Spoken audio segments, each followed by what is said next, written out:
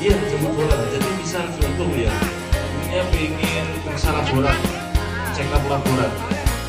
Paling nggak dampingan kita jemput, biasanya kita berangkat.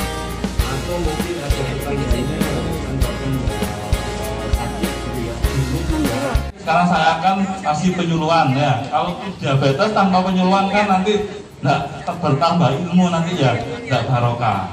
Namanya barokah adalah bertambahnya yang baik-baik. Meskipun sedikit, tapi kalau disampaikan insya Allah bermanfaat ya. Karena kalau diabetes, hari ini saya akan membahas tentang diabetes. Mungkin ibu-ibu, bapak-bapak sudah paham betul apa itu diabetes, tapi semakin kita mengulang, semakin kita belajar, pemahaman kita akan semakin dalam ya. Diabetes, mungkin di sini ada yang menderita sakit diabetes? Ada. Berapa persen? 50%? 50% ya. Sebenarnya tahu nggak sih diabetes itu penyakitnya nyerang di mananya? Di pankreas ya. Jadi pankreas kita itu cuma satu aja Bu ya. Pankreas kita itu cuma satu. Kalau ginjal ada dua, paru-paru ada dua, jantung ada satu.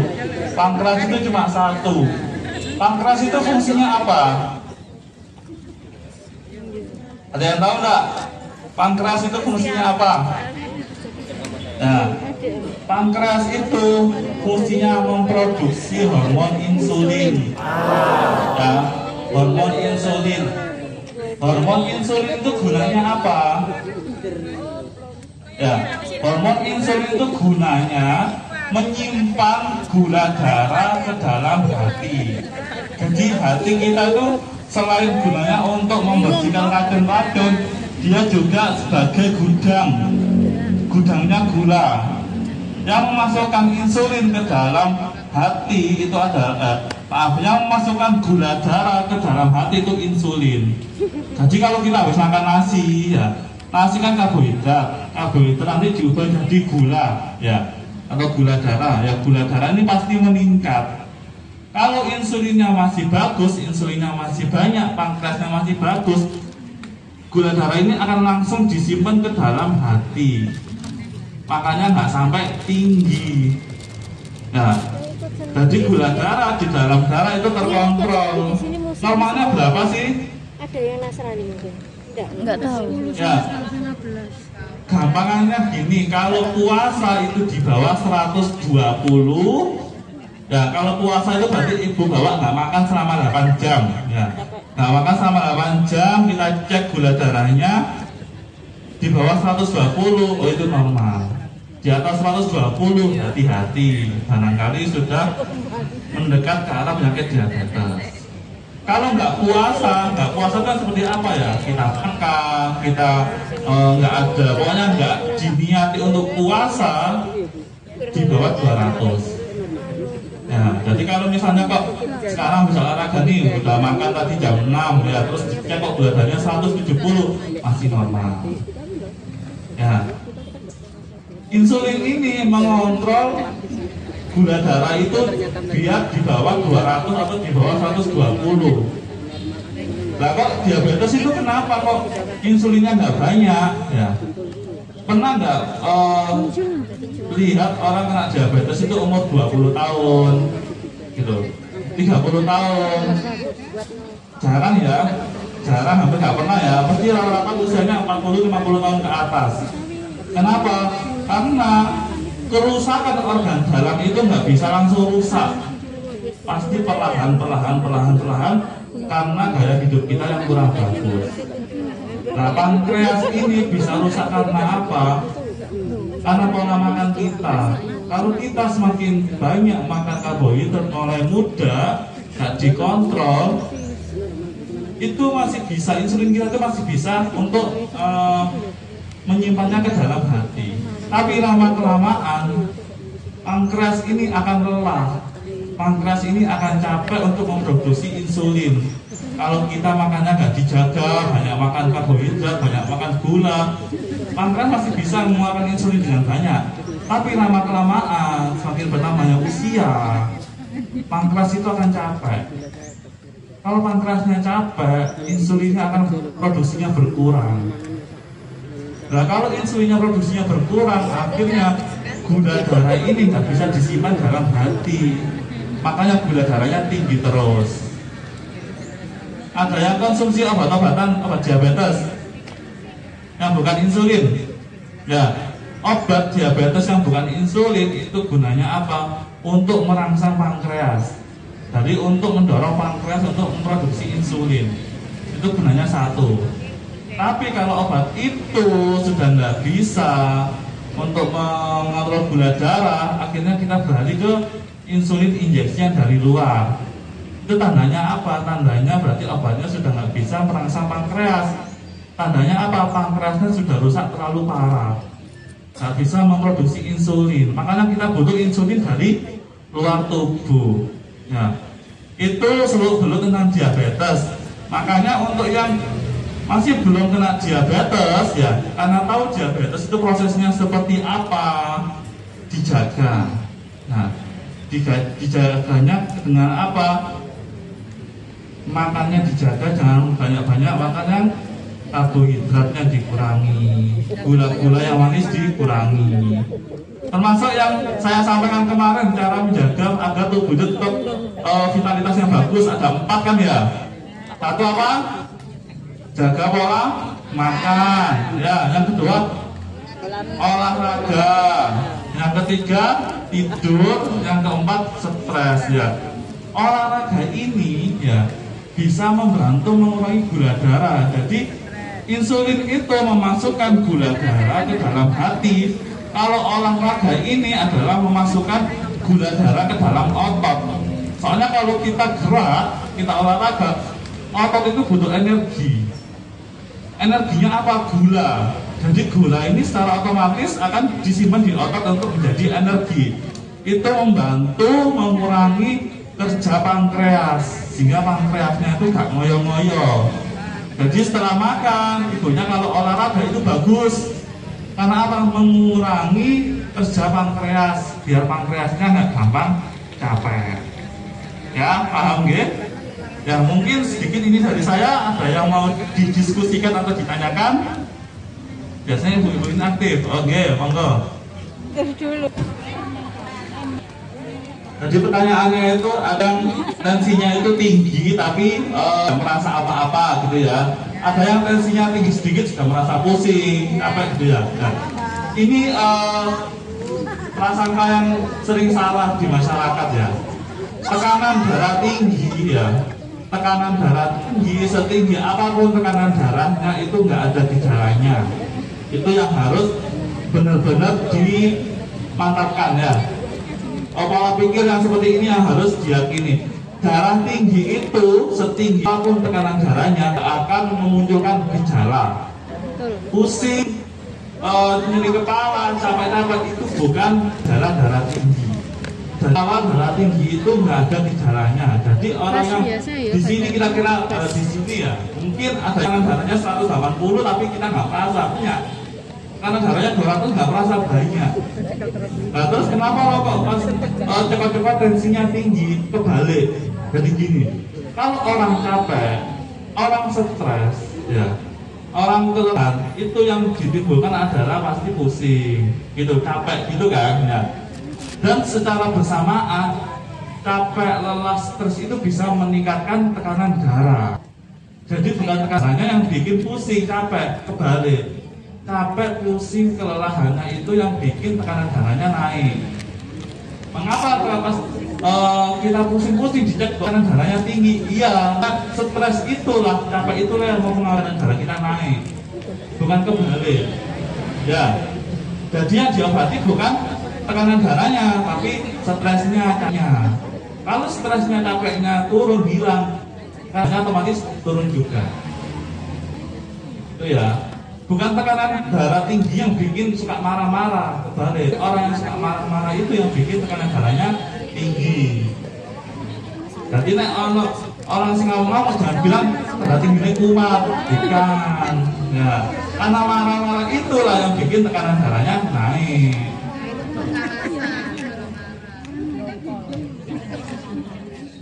Iya, sering marah-marah nanti tekanan darahnya tinggi. Ya. Yang bahayanya apa tekanan darah ini? Karena tekanan darah ini nggak ada gejalanya, ya, ada gejalanya sama sekali. Ini yang bahaya. Kita punya tekanan darah 100, ya, tapi nggak ada gejalanya. Padahal tekanan darah 200 itu seperti balon yang sudah mau meletus, ya kan? Kalau kita biarkan, kita nggak pernah cek, membiarkan tekanan darah 200 ini terus menerus, suatu saat akan pecah, dor. Jadi apa? Jadi stroke. Ya. Jadi tiba-tiba yang muncul gejalanya itu adalah stroke. Loh, kok moro-moro stroke? Ya nggak moro-moro, pasti itu tekanan darahnya tinggi sejak awal, tapi kita nggak tahu.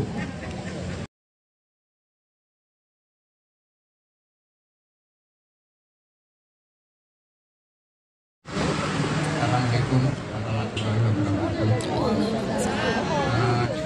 Untuk menstandarkan gula darah itu gimana ya dok? Masalahnya saya sudah makan nasi merah itu setiap harinya makan nasi merah sama tahu tempe sama sayur bening dok. Ya, saya akan baca. Terima kasih dok. Jadi Bapak ini pernah ngamar karena dicek masa diabetes, ya, gula darahnya sempat tinggi, terus naik turun, terus sekarang normal terus. Ya. Pertanyaannya gimana untuk menstabilkan? Ya. Gula darah itu memang nilainya pasti berapa? Jadi dicek sekarang sama dicek 2 jam lagi, dicek nanti sore, pasti berubah. Ya, pasti berubah karena gula darah itu masuk keluar, ya. Gula darah itu digunakan sebagai energi, ya pasti berkurang. Kalau kita turun pasti naik. Ya. Untuk mengetahui stabil atau enggak gula darah yang naik pada fase awal itu bukan disebut diabetes. Jadi mungkin banyak hal yang bikin gula darahnya naik. Bukan karena pankreasnya yang lagi rusak, atau mungkin pada waktu itu konsumsinya berlebihan, ya. Atau mungkin konsumsi obat-obatan yang bisa menaikkan gula darah. Atau mungkin pada waktu itu memang hormon yang memproduksi insulinnya itu lagi bermasalah sedikit, tapi nggak terjadi di level kerusakan pankreas. Ya, jadinya mungkin waktu Bapak ngamar itu masih belum tahap diabetes, tapi hanya gula darahnya naik.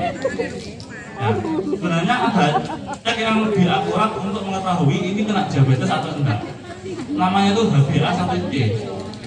Karena HbA1c itu kita menilainya itu enggak dari saat itu juga, ya. Kalau gula darah kan dicek pada saat itu juga.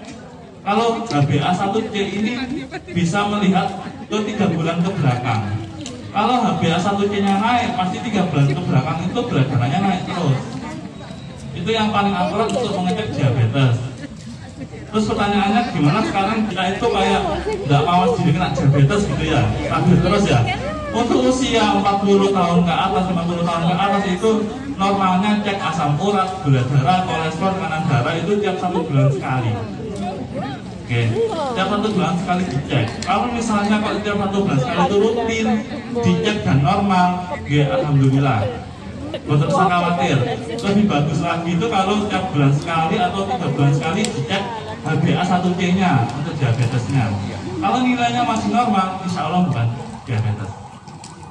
Oke. Assalamualaikum warahmatullahi wabarakatuh.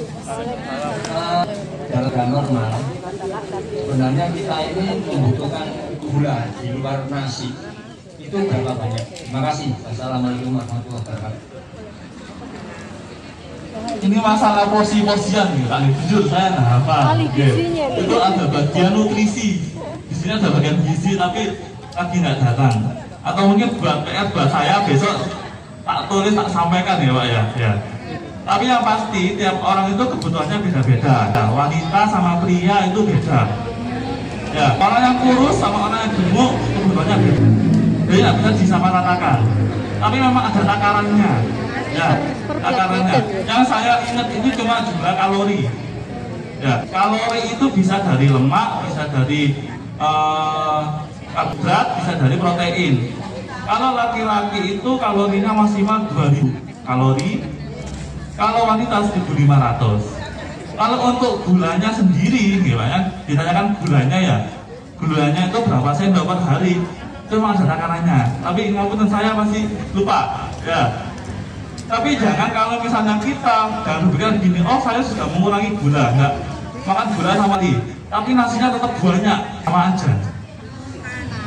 Ya, jadi gula itu dari gula manis aja, bisa dari karbohidrat yang lainnya, dari kentang, dari jagung, dari nasi, itu juga karbohidratnya. Oke, buat PR buat saya Pak, besok saya sampaikan kalau ketemu lagi. Iya Pak Ora. Assalamualaikum warahmatullahi wabarakatuh. Untuk masalah diabetes, ini untuk kenakan gula itu ada tanda-tandanya, tapi sampai 600. Tapi kondisinya masih kuat, jadi tidak terasa dan dirasakan. Terus kemudian turun 400 itu baru setelah cek baru terasa. Itu penyebabnya dari apa? Sudah, terima kasih. Gejala diabetes itu fluktuatif Pak. Oke, bisa hilang, bisa timbul, sama kayak darah tinggi ya. Ada yang gula darahnya tinggi itu nggak terasa. Ada yang naik 400 dikit itu sudah mulai pusing-pusing, mual-mual ada. Terus penyebabnya apa? Itu dari dalam dirinya sendiri. Ya. Prosesnya seperti apa itu rumit, tapi itu adalah kemampuan untuk merespon terhadap gula darah yang naik. Nah itu beda-beda tiap orangnya. Kita nggak bisa pastikan kalau orang gula darahnya 600 pasti keluarnya muncul, nggak pasti. Ya, fluktuatif. Makanya kalau orang yang kena diabetes nggak bisa didasarkan gejala. Kalau gejalanya hilang pasti gula darahnya turun, nggak bisa. Harus dicek. Harus dicek secara berkala biar tahu gula darahnya naik atau enggak. Nggak bisa kalau cuma dari gejalanya aja.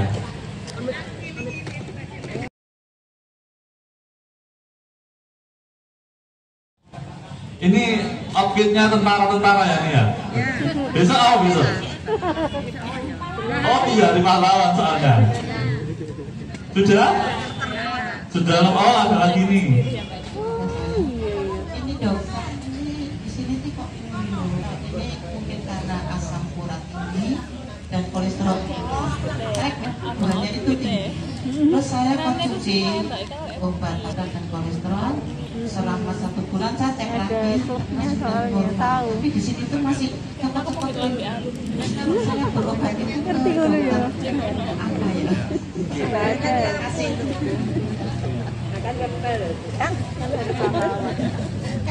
Di masyarakat itu banyak hal yang infonya itu agak miring ya atau salah.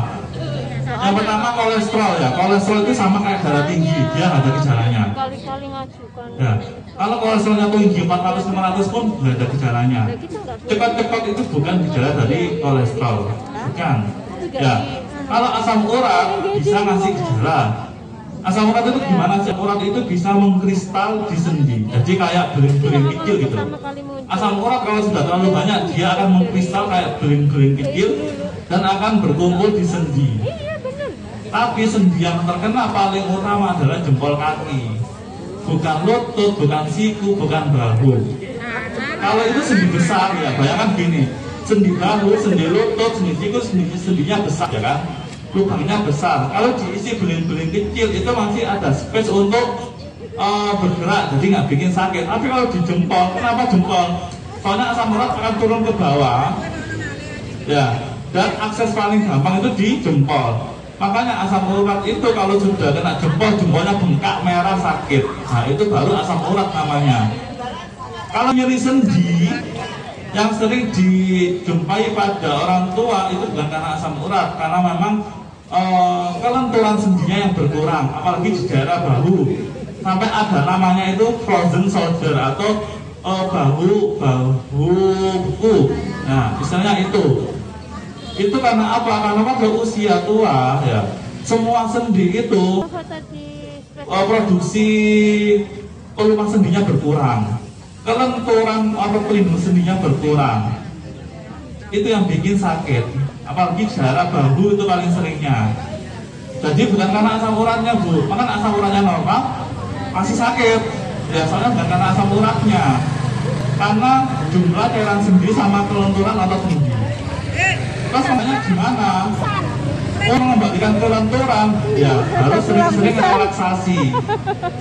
relaksasi, aerobik, di peregangan otot gitu ya. Iya, sering-sering relaksasi. Kalau mau cepet Kalau mau cepat itu ada memang namanya itu diatermi itu dihangatkan dengan laser. Jadi kita ada juga fasilitas seperti itu.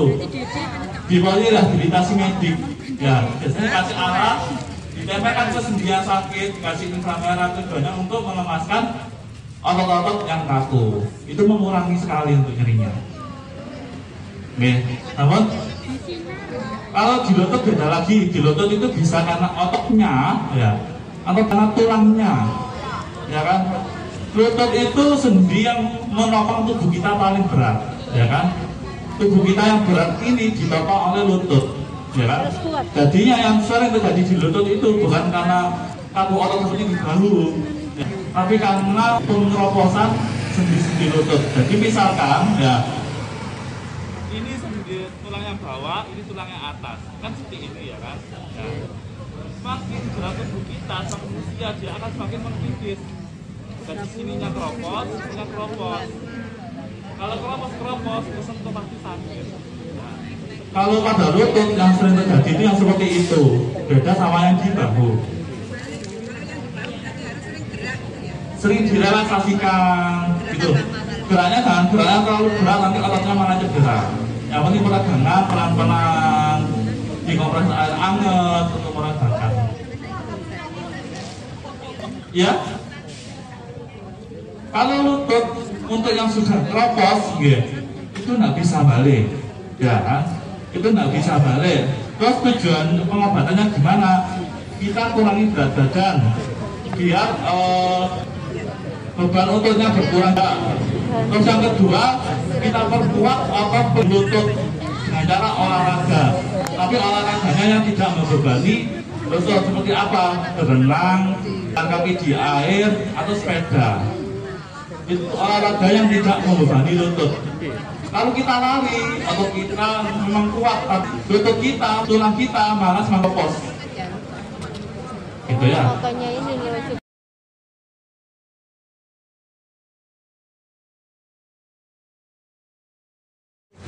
Ya, jadi pahanya kaget, pahanya sakit ya.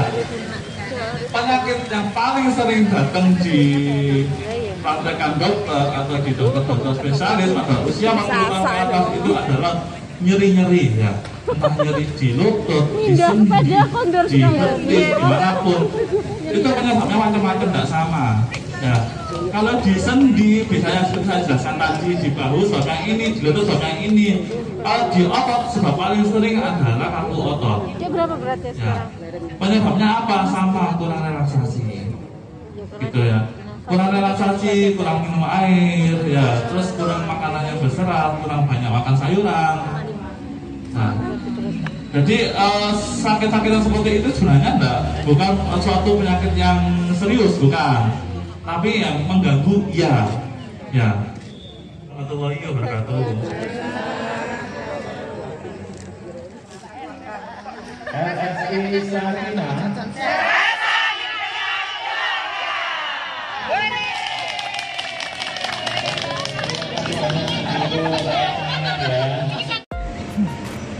Ini dia layanan home care dari Sakinah, rumah sakit Sakinah. Nanti kontak personnya aku taruh di description box ya.